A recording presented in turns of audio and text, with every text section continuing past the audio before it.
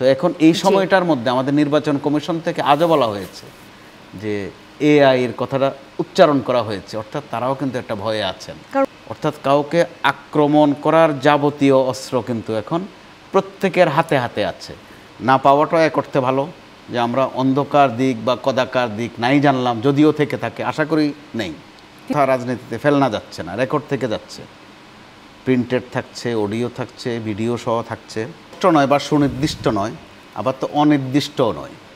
তো এই পোস্ট বলতে একটা হচ্ছে নির্বাচন, কিন্তু গোলমাল বাঁধাচ্ছে রাজনৈতিক দলগুলো, বা তারা বাঁধিয়েছে এই পর্যন্ত, যে আগে এটা পরে ওইটা, আগে গণভোট পরে নির্বাচন, আগে বিচার পরে নির্বাচন। এই যে আগে পরে করতে গিয়ে তারা আসলে একটা বিভ্রান্তি তৈরি করেছেন, যে কারণে আজকের এই দিন পর্যন্ত ফাঁকে ফুঁকে দেখবেন কথা ওঠে যে নির্বাচন কি আসলে হবে।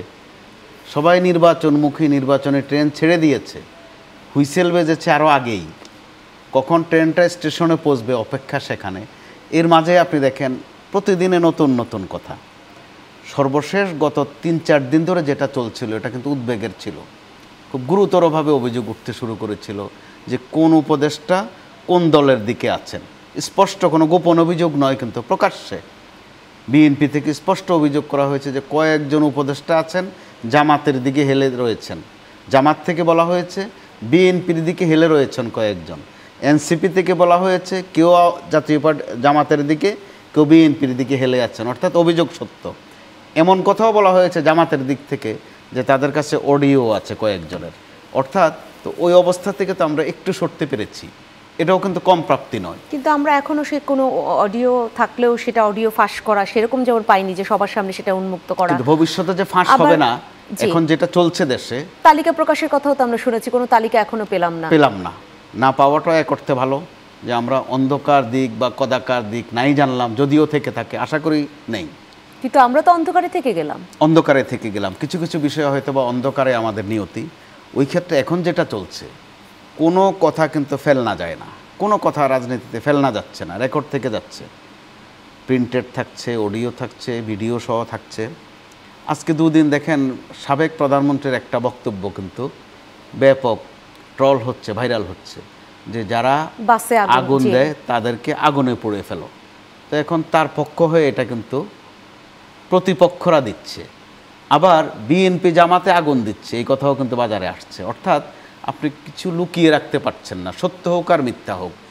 এই ফাঁকে যেটা হয়ে যাচ্ছে, টেকনোলজি এত ফাস্ট, ওই যে বলে রেখেছেন যে আমাদের কাছে অডিও আছে, কোনো একটা অডিও যদি এখন সুন্দর করে বাজারে ছাড়া হয় 5-7 দিন কিন্তু চলবে। অর্থাৎ কাউকে আক্রমণ করার যাবতীয় অস্ত্র কিন্তু এখন প্রত্যেকের হাতে হাতে আছে। আপনি সেটা মিথ্যা প্রমাণ করতে করতেও কিন্তু 5-7 দিন চলে যায়। ওই 5-7 দিনে ওই ব্যক্তির কি পরিণতি হয়, কি পরিস্থিতি হয় সামাজিকভাবে, পারিবারিকভাবে, সেটার একটু একটু ভুক্তভোগী কিন্তু আমার সহ আলোচক ডক্টর জাহেদ ভাইও। ওই বেদনা কিন্তু যিনি ভোগেন তিনি খুব ভালো করে বোঝেন। তো এখন এই সময়টার মধ্যে আমাদের নির্বাচন কমিশন থেকে আজও বলা হয়েছে যে এআই এর কথাটা উচ্চারণ করা হয়েছে, অর্থাৎ তারাও কিন্তু একটা ভয়ে আছেন। কারণ কোনটা ফেক আর কোনটা মানে ফ্যাক্ট চেকিং এর সেই জায়গাটায় যেতে যেতেও তো আসলে হাজারো প্রশ্ন উঠে যায়, একজনের জীবনটা বরবাদ। 1 সেকেন্ড যোগ করি যে মিস্টার তারেক তার নিবন্ধনের দাবিতে অনশন করছিলেন, তিনি বসে পিলারের পেছনে খাচ্ছেন, এরকম একটা এআই দিয়ে বানানো ভিডিও খুবই আলোচিত, খুবই বিরাট ফলোয়ারের ইনফ্লুয়েন্সাররা শেয়ার করে তাকে বিদ্রুপ করছেন, অথচ এটা এআই জেনারেটেড।